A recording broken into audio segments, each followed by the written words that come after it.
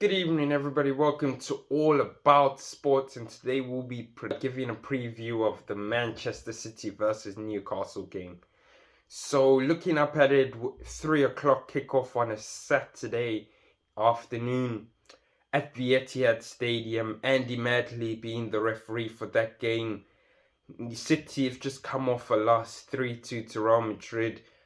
We've seen Newcastle on the weekend brush away Birmingham City 3-2. Had a tough game, but 3-2 against Birmingham City in the FA Cup. You're looking at a clash between the two most informed strikers in the Premier League in terms of, for Newcastle, Alexander Isak, and for City, Erling Haaland. You look at their goals. Erling Haaland has 19 goals, 2 assists. Alexander Isak has 17 goals, 5 assists. You're looking at that. There's nothing much to separate them between them.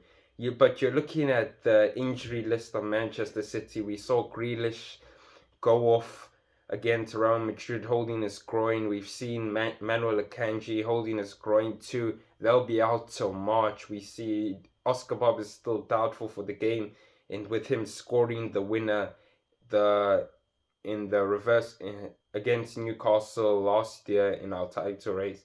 We see, and we know obviously Rodri is out for the season.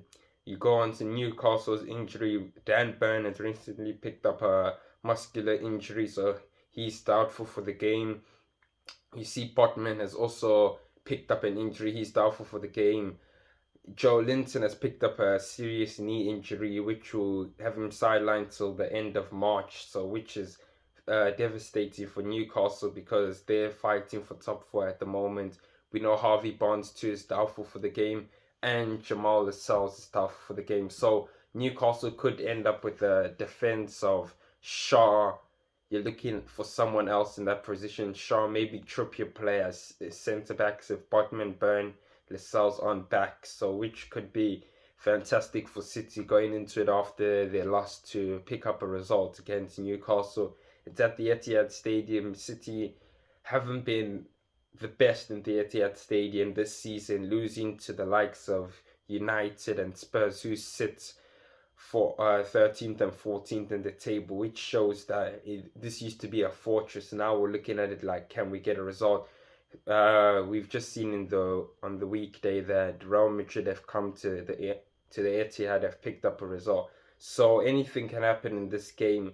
They have an attack of Jacob Murphy, who's been in form, Anthony Gordon, who's been in form, and obviously Isak. They have a midfield now because Joe Linton's out. They could play a midfield of Longstaff.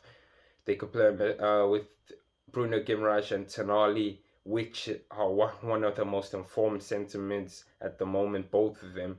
You see, they have an informed left back in Lewis Hall. They have Dubravka in goal. They have Shaw in the centre back. They have Livramento or Trippier at right back. So this could cause a huge problem for City. On the other hand, City's lineup could be Edison in goal, who had a somewhat impressive first half of the Real Madrid game, then cost us in the final stages of the game against Real Madrid. I think you'll still see him secure his place in the side. You saw Manuel Akanji, who played right back against Real Madrid, picked up an injury, so that could be very devastating for each City, because I saw that lineup we played against Real Madrid and I thought it was a really, really strong lineup with Akanji, Ake, Diaz, and Guardiola. I'm not sure who could play the right back. I'm hoping it's not Nunez because I really don't fancy him against Anthony Gordon.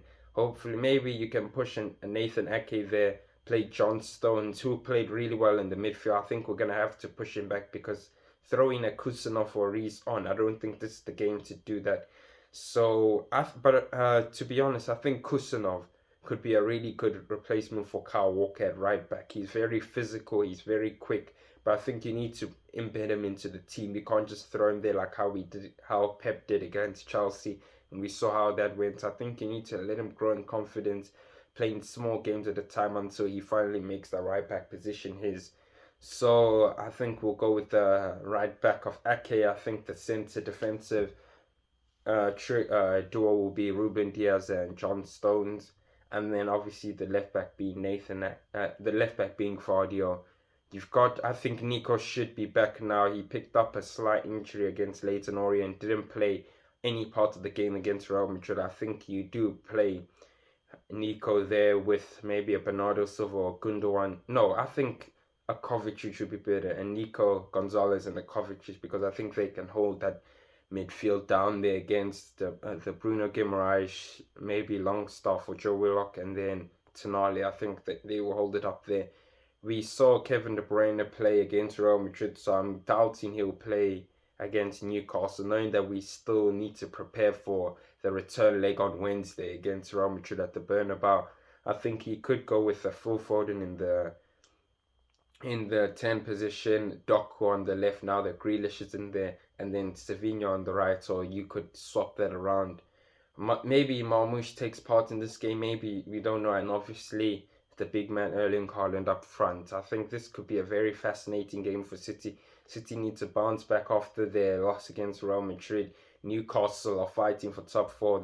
City and Newcastle, in fact, are both on the same point, so it will be crucial. Whoever wins this game could go further up into making the top four place. So could be very. We look at Chelsea tonight. If they win, they go further forward. As they're in fourth place, they go further forward on points. So if Chelsea do drop points, City and Newcastle will be looking at this to overtake them in the top four race, which could be very good. Nottingham Forest, we look at them playing Fulham.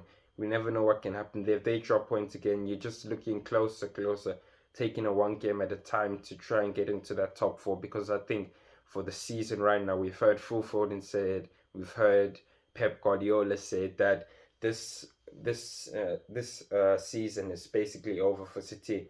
They're looking to get into top four, nothing more than that. Looking, maybe we could snatch a FA Cup in there. We've seen Liverpool got knocked out by Plymouth. Our next team is Plymouth.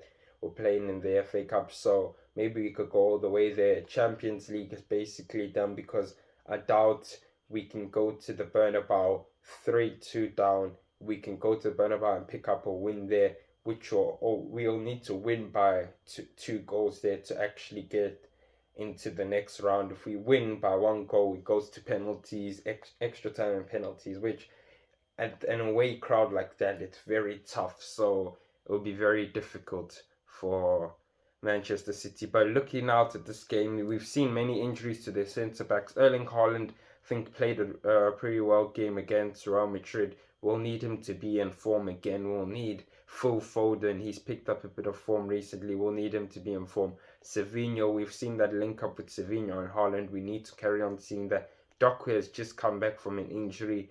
Throw him against Newcastle. I'm not sure. Maybe you can put him there because he will show a bit of tricks, show a bit of liveliness against if it's Trippier or Livramento. You get a quick pacey winger against Lewis Hall. So I think we could cause real problems for this Newcastle team, especially at the Etihad. The crowd is up for it. I think we can pick up a result here, but at the same point, Newcastle could come to the Etihad and run us right in the midfield, as they do have a stronger midfield than we do at the moment.